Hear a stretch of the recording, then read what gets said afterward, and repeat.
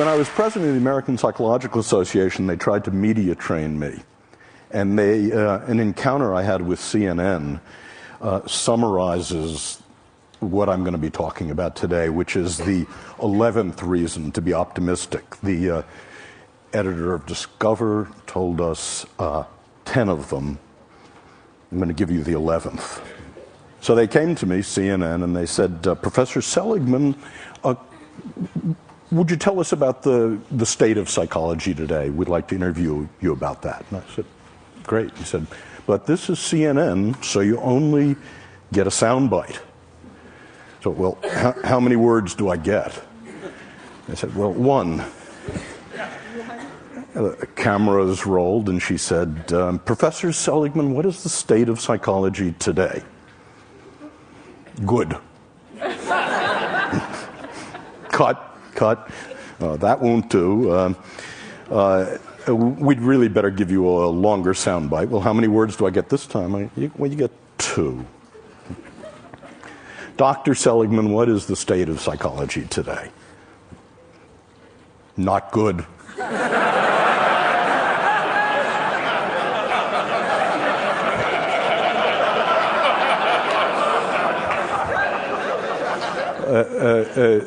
Look, Dr. Seligman, we can see you're really not comfortable in this medium. We'd better give you a real soundbite. This time you can have 3 words. And, Professor Seligman, what is the state of psychology today? Not good enough. And that's what I'm going to be talking about. I want to say why psychology was good, why it was not good, and how it may become, in the next 10 years, good enough. And by parallel summary, I want to say the same thing about technology, about entertainment and design, because I think the issues are very similar. So why was psychology good? Well, for more than 60 years, psychology worked within the disease model. 10 years ago when I was on an airplane and I introduced myself to my seatmate and told them what I did, they'd move away from me. And because quite rightly, they were saying psychology is about finding what's wrong with you, spot the loony. And now when I tell people what I do, they move toward me.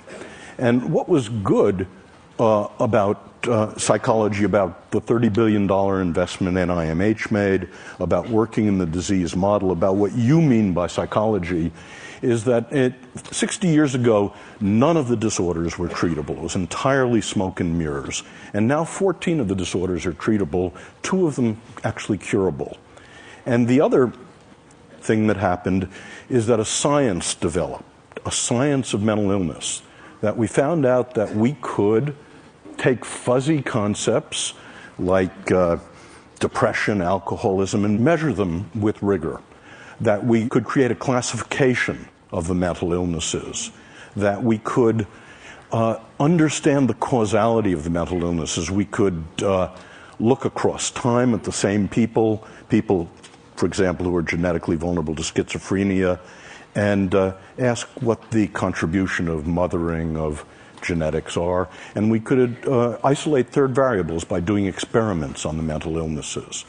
And best of all, we were able in the last 50 years to invent drug treatments and psychological treatments. And then we were able to test them rigorously in random assignment, placebo-controlled designs, throw out the things that didn't work, keep the things that actively did. And the conclusion of that is that psychology and psychiatry of the last 60 years can actually claim that we can make miserable people less miserable. And I think that's terrific. I'm proud of it. But what was not good, the consequences of that, were 3 things. The first was moral, that psychologists and psychiatrists became victimologists, pathologizers, that our view of human nature was that if you were in trouble, bricks fell on you. And we forgot that people made choices and decisions. We forgot responsibility. That was the first cost. The second cost was that we forgot about you people. We forgot about improving normal lives. We forgot about a mission to make relatively untroubled people happier, more fulfilled, more productive. And Genius, high talent, became a dirty word. No one works on that. And the third problem about the disease model is in our rush to do something about people in trouble, in our rush to do something about repairing damage, it never occurred to us to develop interventions to make people happier, positive interventions. So that was not good. And so that's what led people like Nancy Etkoff, Dan Gilbert, Mike Csikszentmihalyi, and myself to work in something I call positive psychology, which has three aims. The first is that psychology should be just as concerned with human strength as it is with weakness. It should be just as concerned with building strength as with repairing damage. It should be interested in the best things in life, and it should be just as concerned with making the lives of normal people fulfilling and with genius, with nurturing high talent. So, in the last 10 years, and the hope for the future, we've seen the beginnings of a science of positive psychology, a science of what makes life worth living. It turns out that we can measure different forms of happiness, and any of you for free can go to that website and take the entire panoply of tests of happiness. You can ask, how do you stack up for positive emotion, for meaning, for flow, against literally tens of thousands of other people. We created the opposite of the diagnostic manual of the insanities, a classification of the strengths and virtues that looks at the sex ratio, how they're defined, how to diagnose them, what builds them and what gets in their way. We found that we could discover the causation of the positive states, the relationship between left hemispheric activity and right hemispheric activity as a cause of happiness. I've spent my life working on extremely miserable people, and I've asked the question, how do extremely miserable people differ from the rest of you? And starting about 6 years ago, we asked about extremely happy people, and how do they differ from the rest of us?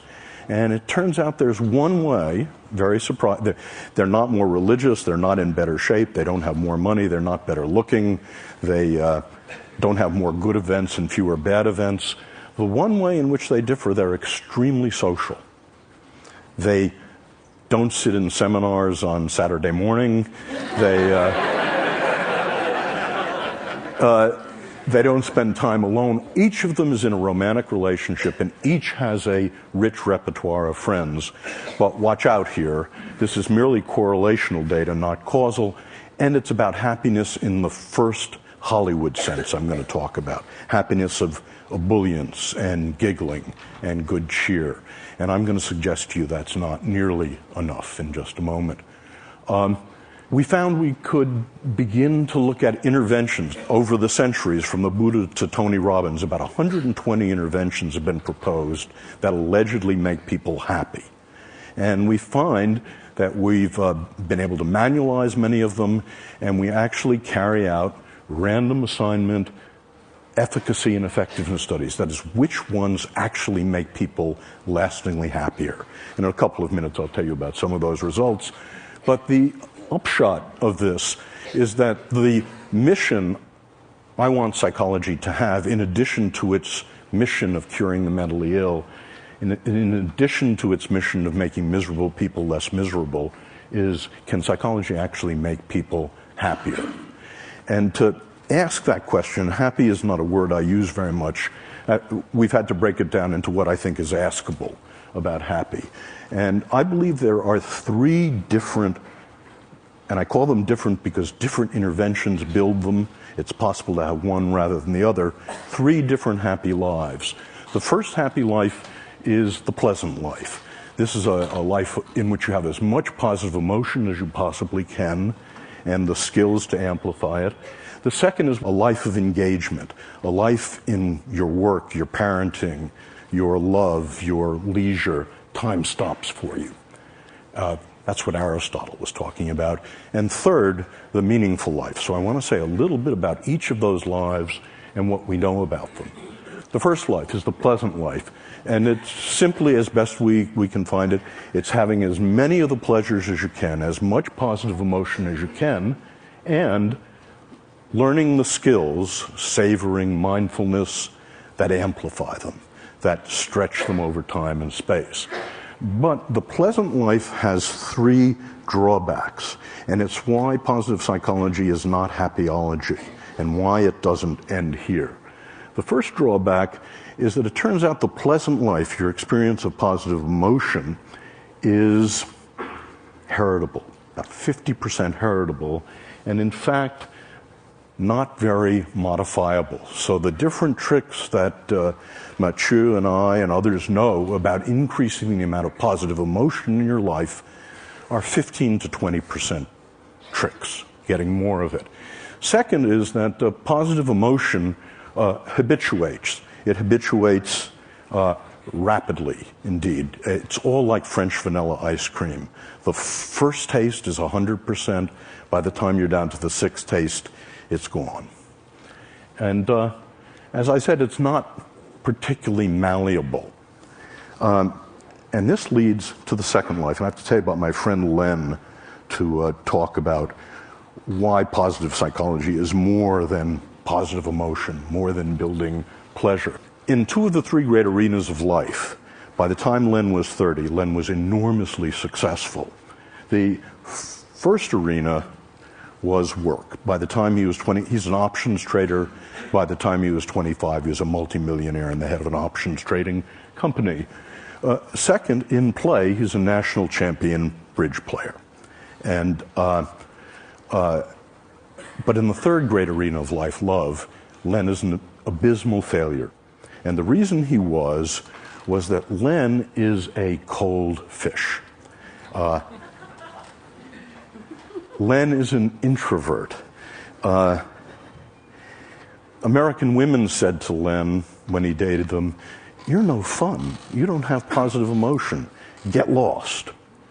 And Len was wealthy enough to be able to afford a Park Avenue psychoanalyst who for 5 years tried to find the sexual trauma that had somehow locked positive emotion inside of him. But it turned out there wasn't any sexual trauma.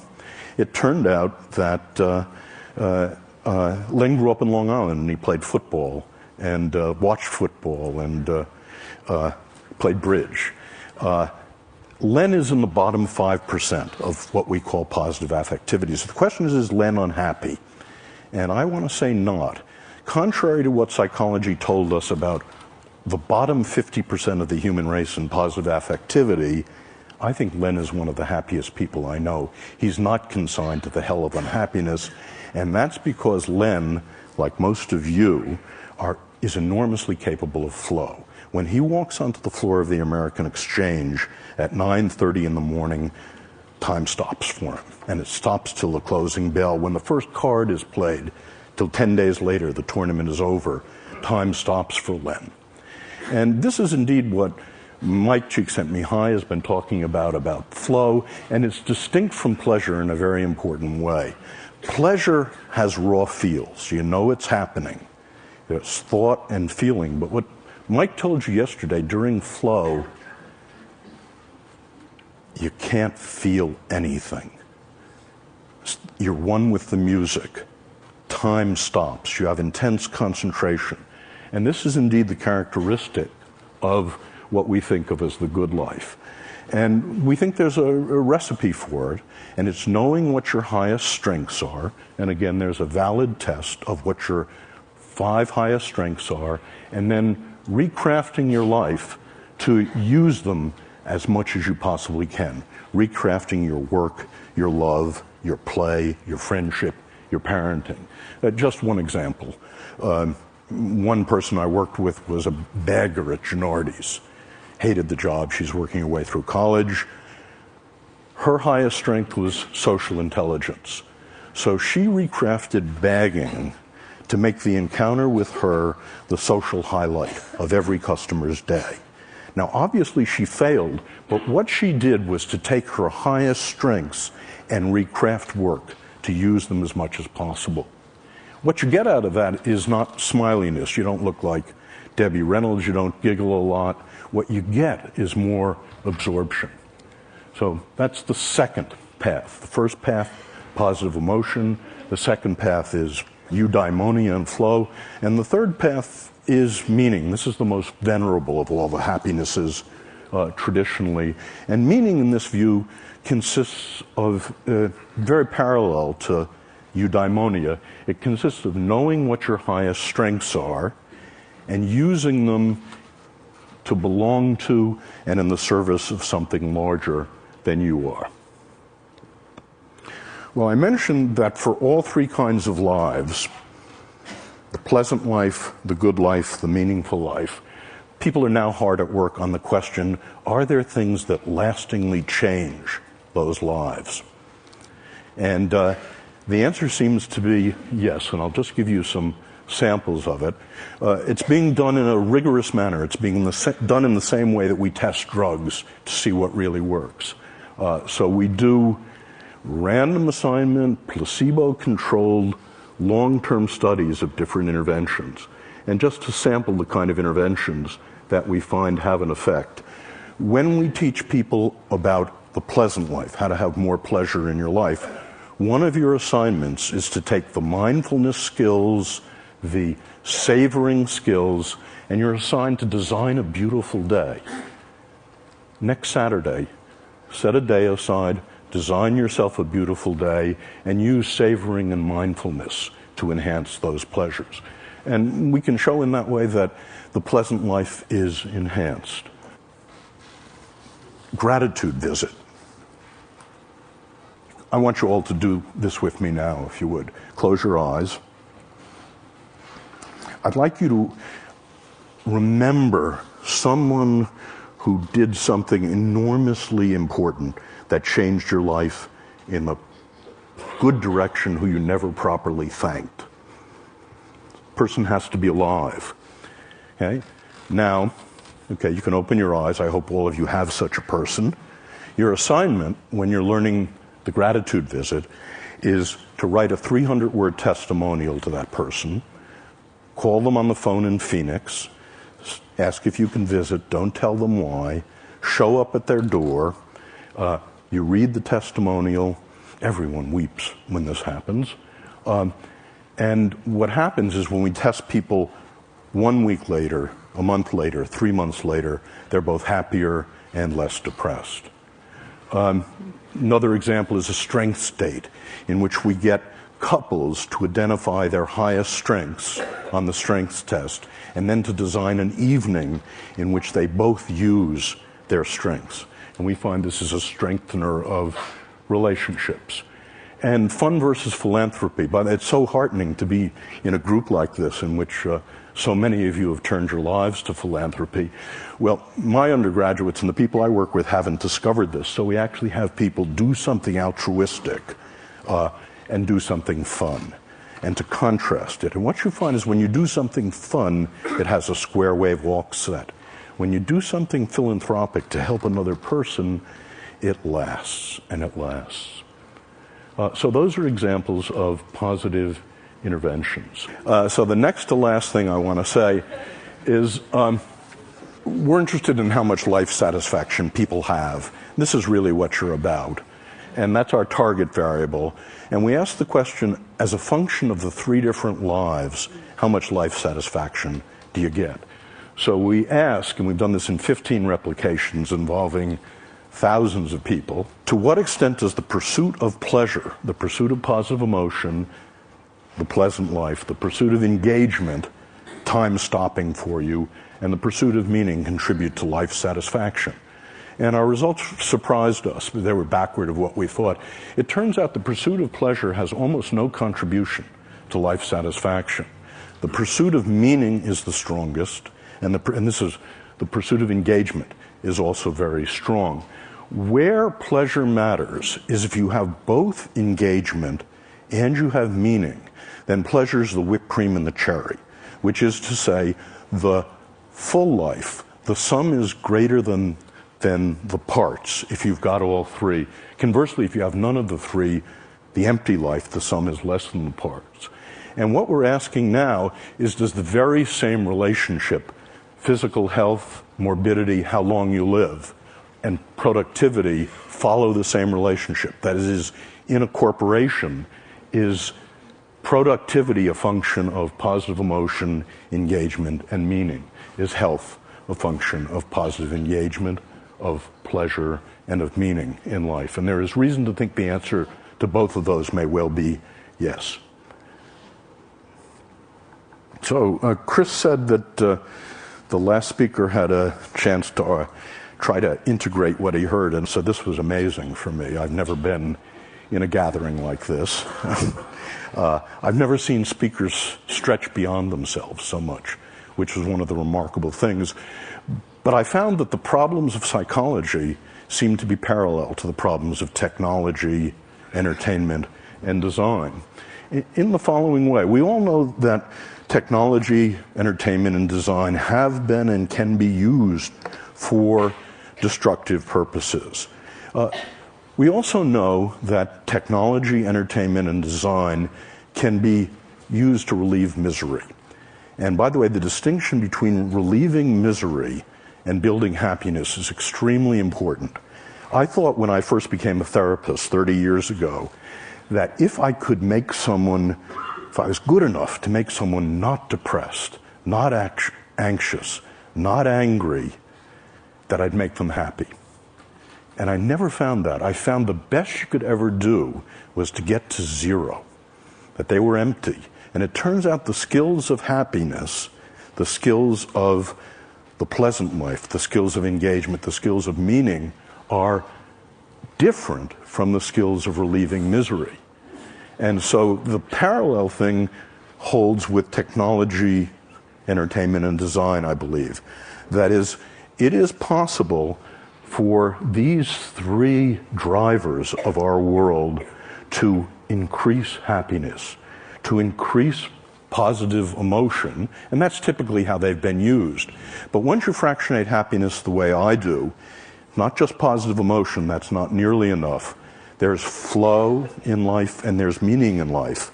As Laura Lee told us, design, and I believe entertainment and technology, can be used to increase meaning engagement in life as well. So in conclusion, the 11th reason for optimism, in addition to the space elevator, is that I think with technology, entertainment, and design, we can actually increase the amount of tonnage of human happiness on the planet.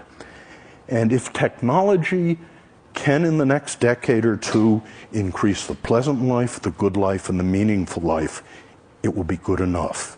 If entertainment can be diverted to also increase positive emotion, meaning, eudaimonia, it will be good enough. And if design can increase positive emotion, eudaimonia, and flow, and meaning, what we're all doing together will become good enough. Thank you.